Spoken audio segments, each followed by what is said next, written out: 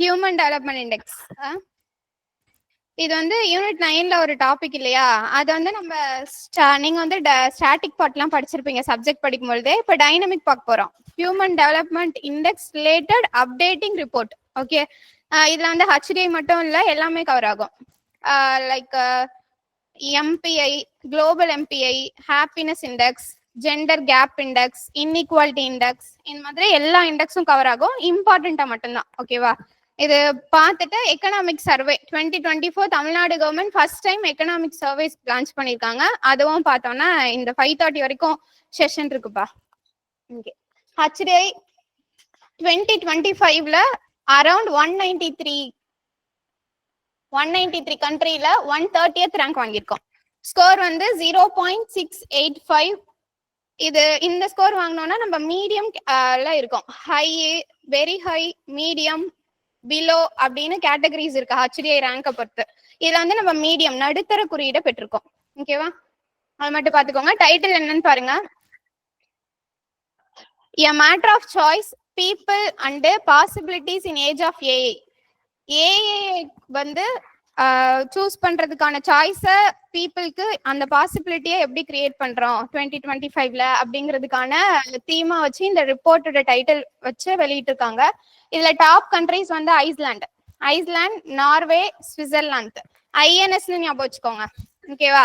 INS numbers வந்து நீங்க near 7.7972 அது மட்டும் ஞாபகம் வச்சுக்கோங்க. மற்ற பேர் 2 பேரும் 70 அனுப்பிச்சிருக்காங்க. எதுக்காகனா இந்தியா அவ்வளோ ரேங்க் வாங்கினாதான் ஃபர்ஸ்ட் ரேங்க் வாங்க முடியும் இல்லையா? ஏன்னா இப்போ வந்து நம்ம 685 தான் இருக்கோம். இன்னும் நம்ம போக வேண்டிய தூரம் நிறைய இருக்கு அப்படின்னு சும்மா தெரிஞ்சுக்கோங்க. நெக்ஸ்ட் பாருங்க, HDIயோட இண்டிகேட்டர்ஸ் என்னென்னலாம் HDIயோட இண்டிகேட்டர்ஸ் 3 இண்டிகேட்டர்ஸ் இருக்கு இல்லையா?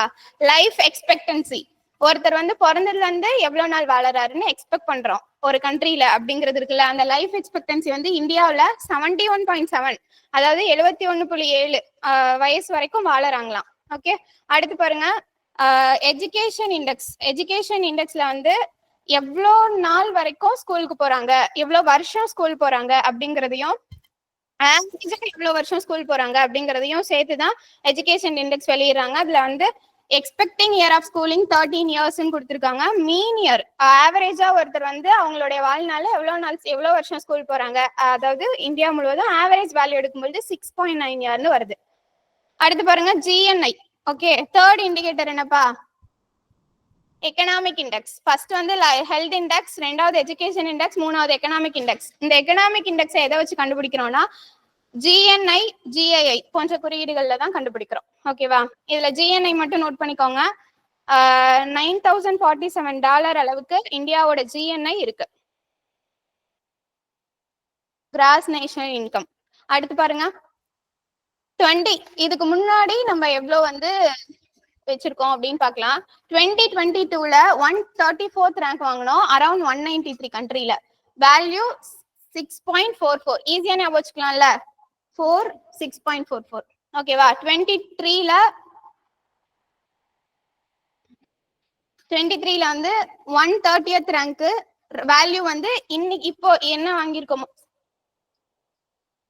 இப்போ என்ன வேல்யூ ரேங்க் இருக்கு, இப்போ என்ன ஸ்கோர் இருக்கோ அதே தான் 2023லயும் இருந்தது. அதனால இத கேட்கலாம். ஓகேவா? அதே தான் நம்ம இந்த வருஷமும் வாங்கியிருக்கோம் அப்படிங்கறதுனால 2023 ரிப்போர்ட் எக்ஸ்பெக்ட் பண்ணலாம். ஓகே, அடுத்து பார்க்கலாமா? தமிழ்நாட்டோட HDI பத்தி பார்க்க போறோம். இது வரைக்கும் நம்ம இந்தியாவோட HDI பார்த்தோம். HDI வெளியிடுறது யாருப்பா? UNDP, united nation development program இல்லையா? எப்பல இருந்து HDI வெளியிடுறாங்க? 1990 ஆனுவலியாப்பா? ஆனுவலி. ஓகே, ஆனுவல் ரிப்போர்ட் இது HDI அப்படிங்கிறது. இந்தியாவில் யார் இதை வெளியிடுறா? நித்தி ஆயோக். தமிழ்நாட்டுல SPC, ஸ்டேட் பிளானிங் கமிஷன் வெளியிடுறாங்க. ஓகே, இப்போ கடைசியா தமிழ்நாட்டோட ரேங்க் 2019ல ரேங்க் எதுவும் நம்மளுக்கு பப்ளிஷ் ஆகல, பட் ஸ்கோர் மட்டும் தெரியும். இந்தியா என்ன ஸ்கோரோ அதே தான் தமிழ்நாட்டோட ஸ்கோரும் 2019ல. அது ஆஃப்டர் 2020 கொரோனாக்கு அப்புறம் அது எப்படி ஆகிருக்குன்னு பாருங்க. 2022ல 6th ரேங்க் வாங்கியிருக்கோம். 0.692 வேல்யூ வச்சு 6th ரேங்க் வாங்கியிருக்கோம். அதை கொஞ்சம் பார்த்துக்கோங்க. தமிழ்நாட்டோட HDI ரேங்க் எவ்வளோன்னு கேட்பாங்க. 6th rank 692. ஓகே, நெக்ஸ்ட் பார்க்கலாம். வேற இண்டிசஸ்ல தமிழ்நாடு எப்படி பெர்ஃபார்ம் பண்ணுதுன்னு பார்க்கலாம். அதர்வைஸ் ஹெச்டிஐ விட்டுட்டு டாப் பெர்ஃபார்மரா எதுல எந்தெந்த இண்டிசஸ்ல எல்லாம் இருக்கும்னு பார்க்கலாம். அதாவது சோசியல் ப்ராக்ரஸ் இண்டெக்ஸ் அப்படின்னு சொல்றோம். சமூக முன்னேற்றம், சமூக ரீதியா நம்ம முன்னேறமா அப்படிங்கறது பார்க்கும்போது தமிழ்நாடு ஃபர்ஸ்ட் ரேங்க் வாங்கியிருக்காங்க சமூக முன்னேற்றத்தில். தட் மீன்ஸ் என்னன்னா எந்த டிஸ்கிரிமினேஷனும் இல்லாம, காஸ்ட் டிஸ்கிரிமினேஷன், ரிலீஜியஸ் டிஸ்கிரிமினேஷன் இல்லாம நம்ம சமூகமா முன்னேறமா அப்படின்னா ஆமா முன்னேறோம். அதுல ஃபர்ஸ்ட் ரேங்க் வாங்கியிருக்கோம் with score of 63.3 score 2022லப்பா.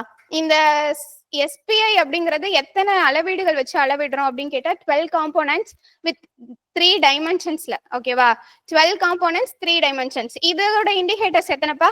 HDI இருக்கு 3. அதே மாதிரி எஸ்பிஐ அப்படிங்கிறதுக்கு வந்து 12 இண்டிகேட்டர்ஸ் யூஸ் பண்றேன். டைமென்ஷன் வந்து 3 டைமென்ஷன்ஸ் யூஸ் பண்றோம். ஓகே, சப்ஜெக்ட் இல்ல அது எத்தனை 12 என்னென்னு தெரிஞ்சுக்கணும்னு இல்ல, 12ன்னு தெரிஞ்சுக்கோங்க. அதே மாதிரி 3 டைமென்ஷன்ஸ் தெரிஞ்சுக்கோங்க, அது போதும். நெக்ஸ்ட் பாருங்க, ஹையர் எஜுகேஷன். ஹையர் எஜுகேஷன்ல என்ரோல்மெண்ட் சேர்க்கை விகிதம் எப்படி இருக்குன்னு பாக்குறோம். Cross enrolment ratio in higher education அதுல ஃபர்ஸ்ட்ல இருக்கும். அதிகமான பேரு காலேஜ்ல படிக்கிறாங்க.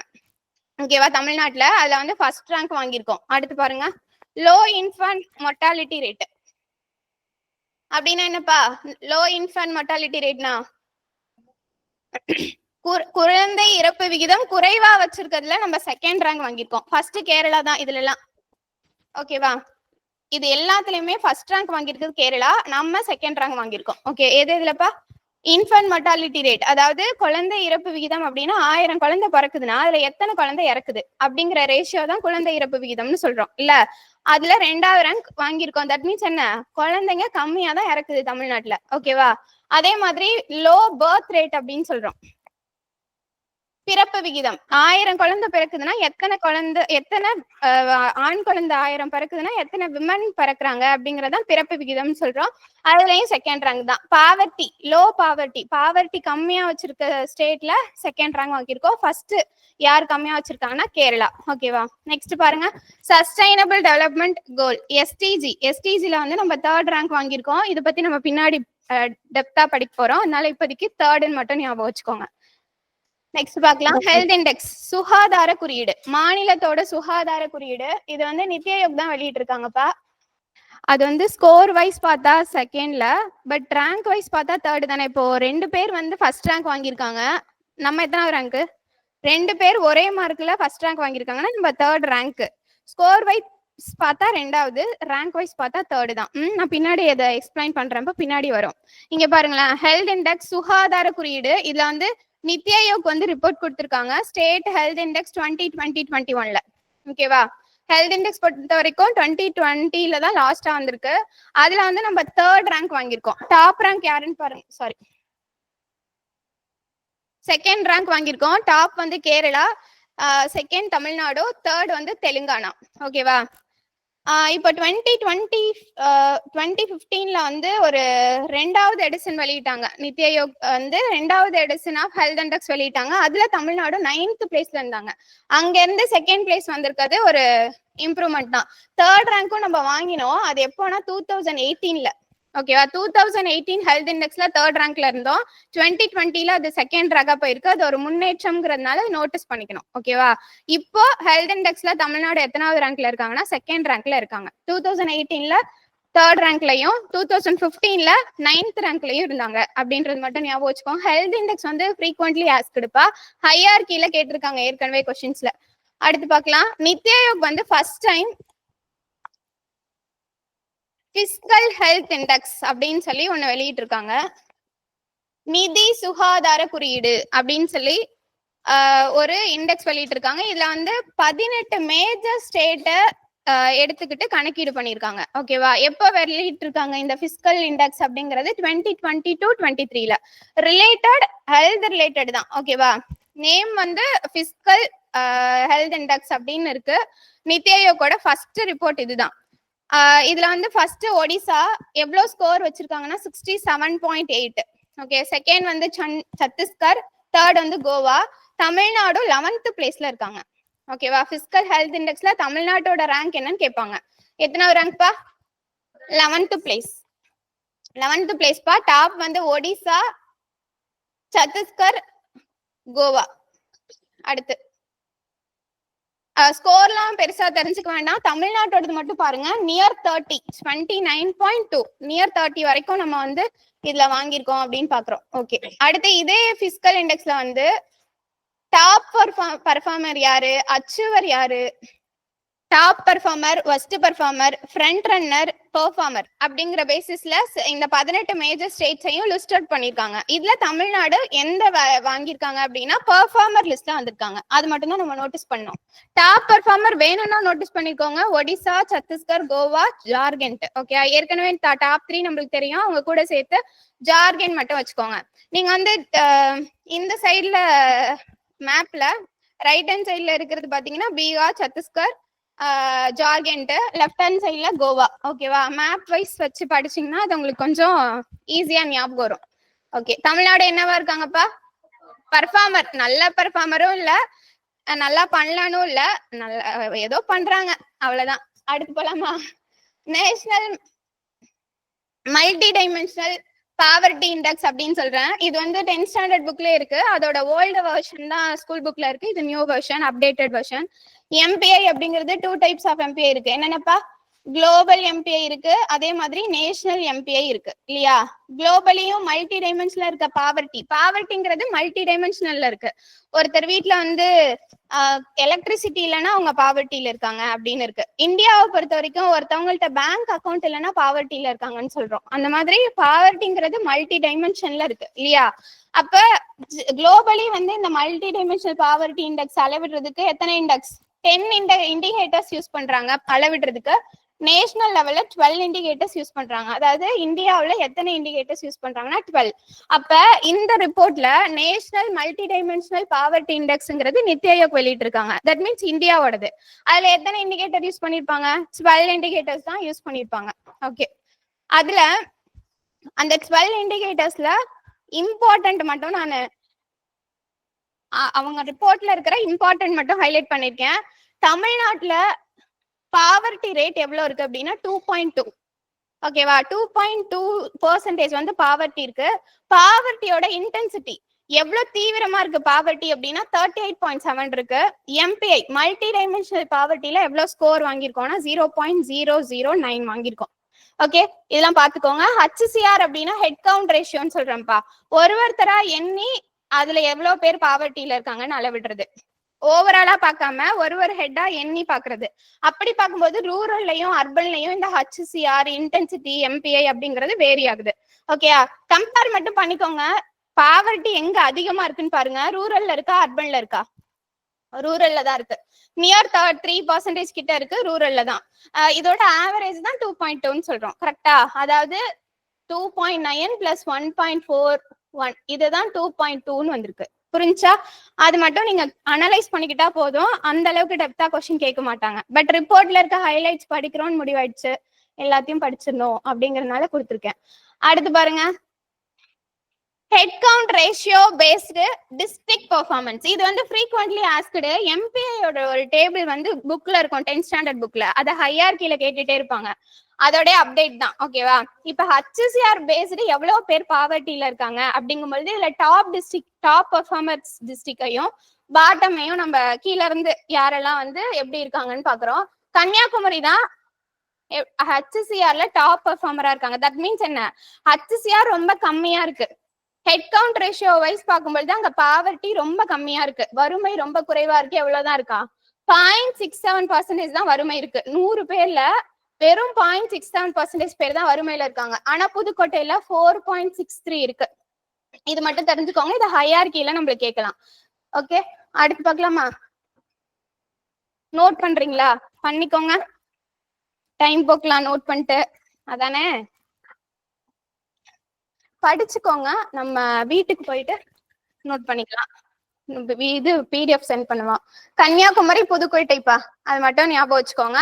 0.67%, புதுக்கோட்டை 4.63%. கொஸ்டின் கேட்பேன் இப்ப. சரிப்பா, இப்ப வந்து நம்ம அதே இதுக்கு முன்னாடி 11th ரேங்க் வந்து நம்ம தமிழ்நாடு வாங்கியிருந்தாங்க. எதுலப்பா? Physical health index. Municipal health இண்டெக்ஸ்ல வந்து 11th ரேங்க் வாங்கியிருந்தாங்க. அதே மாதிரி ஹெச்சிசிஆர் பேஸ்டு ஸ்டேட் பர்ஃபார்மன்ஸ்ல 11th ரேங்க் வாங்கியிருக்கோம். ஓகேவா? ஃபர்ஸ்ட் ரேங்க் வந்து புதுச்சேரி, செகண்ட் லக்ஷ்தீப், தேர்ட் வந்து அந்தமான் நிக்கோபார். எல்லாமே யூனியன் டெரிட்டரி தான். ஸ்டேட்ல வந்து நம்ம 11th ரேங்க் வாங்கி நல்ல பெர்ஃபார்மன்ஸ் தான். ஓகேவா? ஃபர்ஸ்ட் புதுச்சேரி, அப்புறம் செகண்ட் லக்ஷதீப், தேர்ட் வந்து அந்தமான் நிக்கோபார். ஈஸியா ஞாபகம் வச்சுக்கலாம்ல. எதுலப்பா? ஹெச்சிசிஆர் பேஸ்ட்ல வந்து டாப் பெர்ஃபார்மர் கொடுத்துருக்கோம். சரிப்பா. இப்போ இந்த 2023 எம்பிஐ ரிப்போர்ட் இருக்கு இல்லையா, national MPI report, multi dimensional poverty அப்படின்னு சொல்றேன். 2023ல வந்து நேஷனல் எம்பிஐ இருக்குல்லப்பா, இதுல நேஷனல் லெவல்ல மல்டி டைமென்ஷனல் பாவர்ட்டில இருந்து எவ்வளவு பேர் எஸ்கேப் ஆயிருக்காங்க, விடுபட்டு இருக்காங்க, வறுமையின் பிடியில இருந்து விடுபட்டவங்க எவ்வளவு பேர் அப்படின்னு பார்த்தா 135 மில்லியன் மக்கள் வறுமையில இருந்திருக்காங்க. எப்போனா 2015 அதுக்கு அங்க இருந்து 2019க்குள்ள 135 மில்லியன் மக்கள் வந்து வறுமையின் பிடியில இருந்து எஸ்கேப் ஆயிருக்காங்கன்னு சொல்றோம். ஓகேவா? இந்த வறுமை ஒழிப்புல எந்த ஸ்டேட் எல்லாம் நல்ல பெர்ஃபார்மரா இருக்காங்க அப்படின்னு பார்த்தா 5 ஸ்டேட் சொல்லியிருக்காங்க. கண்டிப்பா கேட்பாங்க. யூபி, பீகார், எம்பி, ஒடிசா, மத்திய பிரதேஷ், ராஜஸ்தான். ஓகேவா? இவங்க எல்லாரும் எம்பிஐ கம்மி பண்றதுல, மல்டி டைமென்ஷனல் பாவர்ட்டியை கம்மி பண்றதுல நல்ல பெர்ஃபார்மரா இருக்காங்க அப்படின்னு சொல்றோம். ஓகேவா? இது மட்டும் நோட் பண்ணிக்கோங்க. யூபி, அப்படியே பக்கத்துல பீகார், ஒடிசா, மத்திய பிரதேஷ், ராஜஸ்தான். ஓகேவா? இவங்க 5 பேரும் வறுமையை ஒழிக்கிறதுல டாப் பர்ஃபார்மரா இருக்காங்க. அவ்வளவுதான்ப்பா. கேட்கவா? எம்பிஐ, இப்ப நேஷனல் எம்பிஐ பார்த்தோம். எம்பிஐல யார் வெளியிட்டாங்க MPI? National MPI NITI Aayog. எத்தனை இண்டிகேட்டர் யூஸ் பண்றேன்? குளோபலுக்கு 10 இண்டிகேட்டர்ஸ் யூஸ் பண்றேன். இதுல டாப் பெர்ஃபார்மர் யாருப்பா எம்பிஐல? ஹெச்சிசிஆர் பேஸ்டு ரிப்போர்ட் கொடுத்திருக்காங்க. ஹெச்சிசிஆர் பேஸ்டு பார்க்கும்பொழுது புதுச்சேரி, லட்சத்தீவு, அந்தமான் நிக்கோபார். இதுவே டிஸ்ட்ரிக்ட் வைஸ் பார்க்கும்போது தமிழ்நாட்டுல கன்னியாகுமரி நல்ல பெர்ஃபார்மரா இருக்காங்க. வர்ஸ்ட் பெர்ஃபார்மர்னா புதுக்கோட்டை 4.63% வந்து வச்சிருக்காங்க. நம்ம கிட்ட எவ்வளவு பாவர்ட்டி இருக்கு? 2.2% பாவர்ட்டி இருக்கு. அதுல ரூரல் தான் அதிகமான பாவர்ட்டி ரேஷியோ வச்சிருக்காங்க. அவ்வளவுதான். ஓகேவா? இது மட்டும் தெரிஞ்சுக்கோங்க. இந்தியாவுல ஓவராலா எவ்வளவு பேர் வறுமையின் பிடியில இருந்து தப்பிச்சிருக்காங்க? 135 மில்லியன் பேர் தப்பிச்சிருக்காங்க. எவ்வளவு பேர் நல்ல பெர்ஃபார்மரா இருக்காங்க, நல்ல குறைச்சிட்டு இருக்காங்கன்னு பார்த்தோம் 5 ஸ்டேட்ஸ். அடுத்து இப்போ நான் சொன்ன மாதிரி ஜிஎம்பிஐ பத்தி பார்க்கலாம். ஜிஎம்பிஐ அளவிடுறதுக்கு 10 இண்டிகேட்டர்ஸ் யூஸ் பண்றாங்க இல்லையா? இது யார் வெளியிடுறாங்கன்னா யூஎன்டிபி தான். ஓகேவா? யூஎன்டிபி இந்த இண்டிகேட்டரை எப்ப கண்டுபிடிச்சாங்க? எம்பிஐ அப்படிங்கிற இண்டிகேட்டரை எப்ப கண்டுபிடிச்சாங்க? 2010ல தான் கண்டுபிடிச்சாங்க. யூஎன்டிபியும் இன்னொருத்தவங்க யாரு? Oxford human development initiative. இவங்க 2 பேரும் சேர்ந்துதான் இந்த எம்பிஐ அப்படிங்கிற டேர்ம் வந்து கண்டுபிடிக்கிறாங்க. 2010ல லான்ச் பண்றாங்க. என்ன லான்ச் பண்றாங்கன்னா ஹெச்டிஐயோட துணை கொடியீடு அப்படின்னு. ஹியூமன் டெவலப்மெண்ட் அளவிடணும்னா நீங்க பாவர்ட்டியை அளவிடணும்னு சொல்றாங்க. கரெக்டா? அப்ப குளோபலி வந்து நம்மளுக்கு 2024ல வெளியிட்டு இருக்காங்க. அதுல பார்க்கும்பொழுது வேர்ல்டு வைடா எவ்வளவு பேர் பாவர்ட்டியில இருக்காங்கன்னா 1.1 பில்லியன் பேர் பாவர்ட்டியில இருக்காங்க வேர்ல்ட்ல. ஓகேவா? 1.1 பில்லியன் பேர் பாவர்ட்டியில இருக்காங்க. அதுல இந்தியாவோட பாவர்ட்டி ரேட் கொடுத்திருக்காங்க. 234 மில்லியன் பேரு இந்தியாவுல பாவர்ட்டியில இருக்காங்கன்னு சொல்றோம். 234 மில்லியன் பேரு இந்தியாவுல. அதிகமான பாவர்ட்டி வச்சிருக்கிற லார்ஜ் ஸ்கேல் கண்ட்ரில டாப் 5ல நம்மளும் இருக்கோம் அப்படின்னு சொல்றாங்க. அதிகமா பாவர்ட்டி மக்களை வச்சிருக்கிற டாப் 5 கண்ட்ரீஸ்ல இந்தியாவும் இடம் பெற்றிருக்கு அப்படிங்கிற ஒரு சாதனை தான். சரி, அடுத்து பாருங்க. இது வரைக்கும் நம்ம என்னென்னலாம் பார்த்தோம்ப்பா? ஹெச்டிஐ பார்த்தோமா மேம்? எத்தனாவது ரேங்க் மேம்? 130th rank. எவ்வளவு பெர்சன்டேஜ் வச்சிருக்கோம்? 0.685. எந்த ரேஞ்ச்ல இருக்கும்?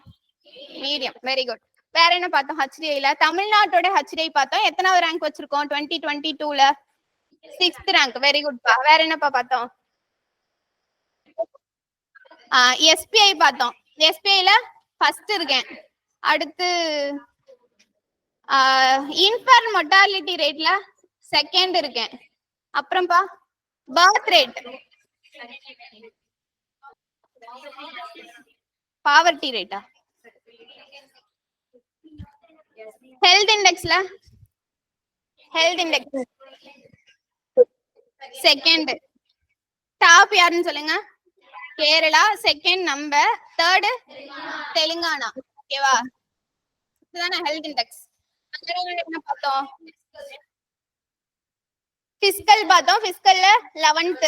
அதுக்கப்புறம் எம்பிஐ பார்த்தோம். எம்பிஐல நேஷனல் எம்பிஐல ஏதோ சொன்னேன்னா 11 தான். ஓகேவா? எம்பிஐ நேஷனல் எம்பிஐல 11 தான். அதாவது ஹெச்சிசிஆர் பேஸ்ட்ல பார்த்தோம். கரெக்டா? ஹெச்சிசிஆர் பேஸ்ட்ல பாவர்ட்டி எப்படி இருக்கு அப்படின்னு பார்க்கும்போது 11.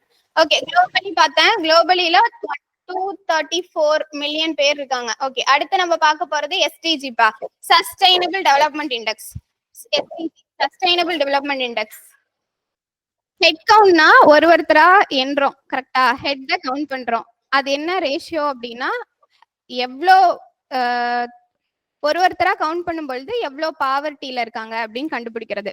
லைக் இப்ப ரேட்ஸ் எல்லாம் எப்படி கண்டுபிடிப்பாங்கன்னா, ஒரு பானை சோறுக்கு ஒரு சோறு பதம் அப்படிங்கிற மாதிரி ஒரு குரூப் ஆஃப் பீப்புள் வச்சு கண்டுபிடிப்பாங்க. இந்த ரேஷியோ எப்படி கண்டுபிடிக்கிறாங்கன்னா, ஒருத்தரா எண்ணி கண்டுபிடிக்கிறாங்க. அதான் ஹெட் கவுண்ட் ரேஷியோன்னு சொல்றோம். Head count ratio related poverty ratio தான்.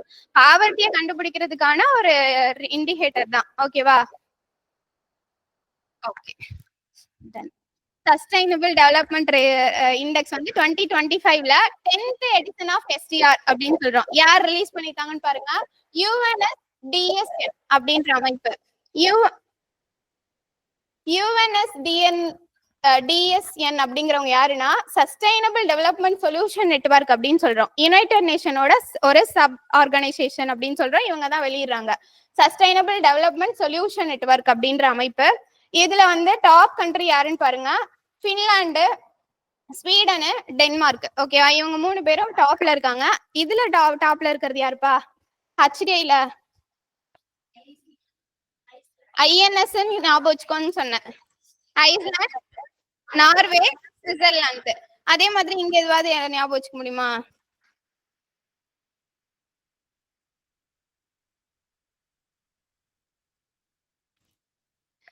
Finland, Sweden, Denmark. ஓகேவா? வேற எப்படி ஞாபகம்? திரும்ப படிங்க, ஞாபகம் வந்துடும். நெக்ஸ்ட் போலாமா? இதுல வந்து 87 ஸ்கோர் வச்சிருக்காங்க பின்லாந்து. அது மட்டும் ஞாபகம் வச்சுக்கோங்கப்பா. அடுத்து ஓகே. குளோபலி நம்மளுக்கு தேவையில்லை, இருந்தாலும் தெரிஞ்சுக்கலாம். ஃபர்ஸ்ட் பெர்ஃபார்ம் யாருன்னா சவுத் சூடான். எதுலப்பா? எஸ்டிஜில. சவுத் சூடான் வந்து ஃபர்ஸ்ட் பெர்ஃபார்மரா இருக்காங்க. 41.6 வேல்யூ வச்சிருக்காங்க. இந்தியா பத்தி பார்க்கலாம். இந்தியா வந்து 2025ல 99th ரேங்க் வாங்கியிருக்காங்க. Very very important. எஸ்டிஜில 2025ல எத்தனாவது ரேங்க் வாங்கியிருக்காங்கன்னு கேட்பாங்க. 99.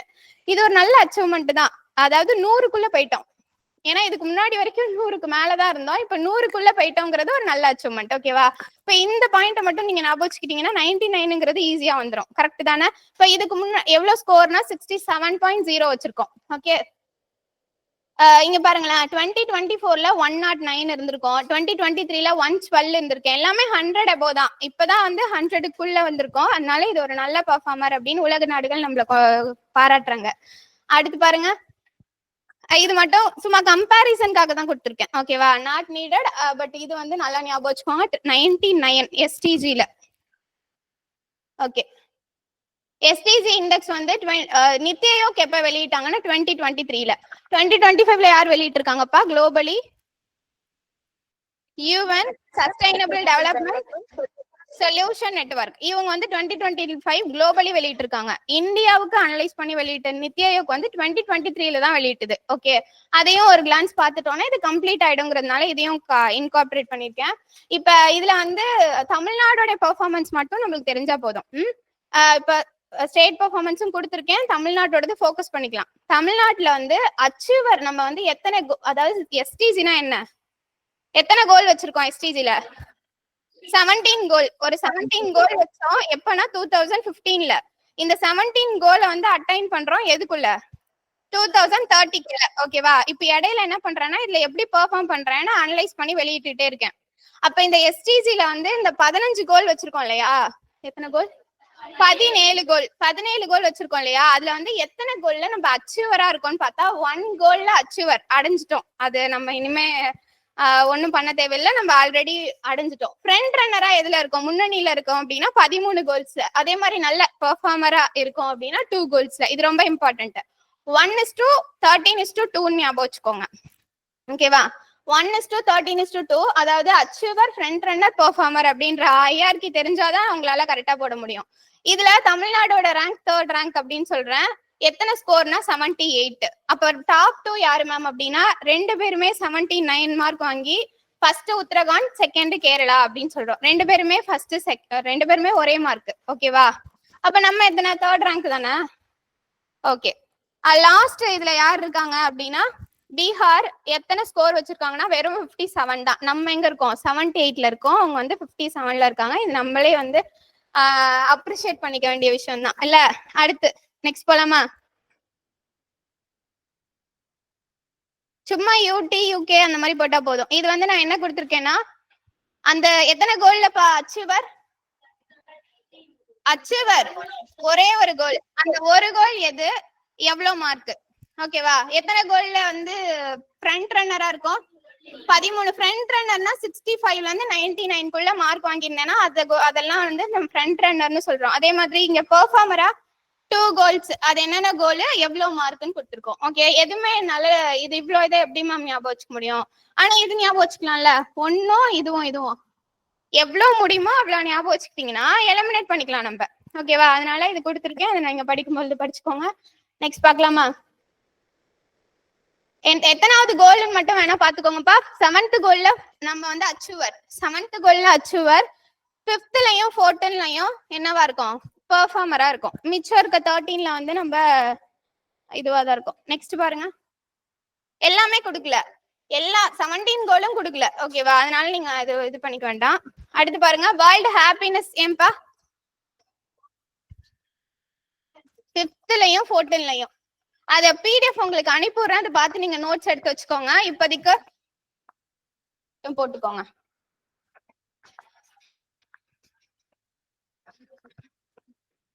நெக்ஸ்ட் வேர்ல்ட் ஹாப்பினஸ் இண்டெக்ஸ் பா.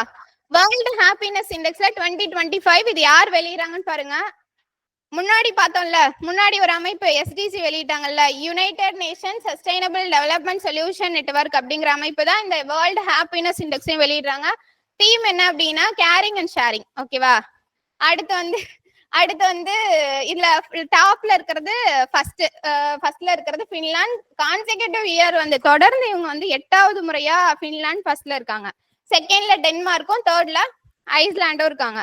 பின்லாந்து இன்னொரு இடத்துலயும் டாப்ல இருந்தாங்க. இங்க கூட நான் போட்டேன் எஃப்எஸ்டி அப்படின்னு சொல்லி. எங்க எஸ்டிசில டாப் பெர்ஃபார்மர் யாரு அப்படின்னு கேட்டா நம்ம பின்லாந்து.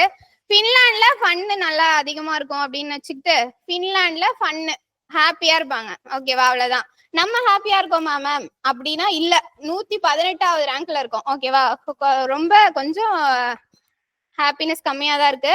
2014ல 126th ரேங்க்ல இருந்தோம். அரௌண்ட் எத்தனை கண்ட்ரி அப்படின்னு கேட்டா 148ல 118 126 அப்படிங்கிறது கடைசியில இருந்து கொஞ்சம் பக்கத்துல தானே. அதனால கொஞ்சம் நம்மளுக்கு ஹாப்பினஸ் இல்ல. ரைட்? இது மட்டும் ஞாபகம் வச்சுக்கோங்க. 2024ல 126th, 2025ல 118th. இது மட்டும் ஞாபகம் வச்சுக்கோங்க. ஏன்னா 25 ரிப்போர்ட் இது. கரெக்டா? அதனால இம்பார்ட்டன்ட். அடுத்து ஜெண்டர் இன்இக்வாலிட்டி இண்டெக்ஸ். இதெல்லாம் ஏமா பாக்குறோம் அப்படின்னு கேட்டா HDIயோட 3 துணை குறியீடுகள் அப்படின்னு இருக்கு. என்னன்னு சொல்லுங்க? MPI, GII, gender inequality index, IHDI. Inequality adjusted HDI அப்படின்னு சொல்றோம். ஓகேவா? Inequality adjusted HDI. அப்ப இங்க வந்து நம்ம HDI பார்க்கும்போது யாரையும் பார்க்கணும்? MPI பார்த்தோமா? அது அடுத்ததா GII பார்க்கணும். கரெக்டா? அப்ப இந்த GII அப்படிங்கறதுல இன்இக்வாலிட்டி இண்டெக்ஸ் அப்படிங்கறதுல வந்து UNDP தான் வெளியிடுறாங்க. ஆமா தானே? ஏன்னா இத கண்டுபிடிச்சதே 2010ல. இது 3மே துணை குறியீடுகள்னு சொன்னதே UNDP தான். அதனால UNDP தான் இதை பப்ளிஷ் பண்றாங்க. இந்தியா இதுல ரேங்க் 108 வச்சிருக்காங்க. அரௌண்ட் 193 கண்ட்ரில. ஓகே. யூஎன்ல மெம்பர்ஷிப் 193 கண்ட்ரி இருக்காங்க. 193ல 108 வித் ஸ்கோர் ஆஃப் 0.437. 0.437 எதுலப்பா? இன்இக்வாலிட்டியில. ஜெண்டர் இன்இக்வாலிட்டி ஆண்களும் பெண்களும் சமமா பண்றாங்களா அப்படின்னா இல்ல. எவ்வளவுனா 108th ரேங்க்ல தான் இருக்கும். கரெக்டா? அடுத்து பாருங்க. குளோபல் ஜெண்டர் கேப் இண்டெக்ஸ் சொல்றோம். இதுவும் அதேதான். விமனுக்கும் மென்னுக்கும் எவ்வளவு கேப் இருக்கு, இவங்களோட எம்பவர்மெண்ட்டுக்கும் அவங்களோட எம்பவர்மெண்ட்டுக்கும் எவ்வளவு கேப் இருக்கு அந்த மாதிரி அனலைஸ் பண்ணி வெளியிடுறாங்க. இந்த குளோபல் ஜெண்டர் கேப் இண்டெக்ஸ் 2025ல வெளியிட்டிருக்காங்க. இது யார் வெளியிடுறாங்கன்னா world economic forum. Very important, world economic forum வந்து இதை வெளியிடுறாங்க. அதாவது இதோட சப் இண்டெக்ஸா தான் நம்ம இதை படிக்கிறோம். Okay, one of the sub index அப்படின்ட்டு. இதுலயும் டாப் பெர்ஃபார்மர் யாருன்னு பாருங்க, ஐஸ்லாந்து, பின்லாந்து, நார்வே. இப்ப ஐஸ்லாந்து வந்து வேற எங்க வந்தது? HDIல டாப்பர் யாருன்னா ஐஸ்லாந்து. பின்லாந்து வந்து ஹாப்பினஸ்லயும் டாப்பர், STGலயும் டாப்பர். ஓகேவா, இவங்க ரெண்டு பேரும் டாப்ல வந்திருக்காங்க, ஐஸ்லாண்டும் பின்லாண்டும். இந்தியா வந்து 131th rank. Very important. Gender கேப்ல எவ்வளவுனா 131th ரேங்க். ஓகேவா, HDIல 130. இங்க வந்து ஜெண்டர் கேப் இண்டெக்ஸ்ல GGIல வந்து 131. இது 129 இருந்தது, இப்போ 131 ஆகிருக்கு. ஆனா இது வந்து மாறி இருக்கு, 0.44 வச்சிருக்கோம். ஓகே, அவ்வளவுதான்ப்பா ஜெண்டர் கேப் இண்டெக்ஸ். ஓகே, இப்ப வேர்ல்டு ஹாப்பினஸ் இண்டெக்ஸ்னு ஒண்ணு படிச்சோம் இல்லையா, அது ஏன் படிக்கணும்?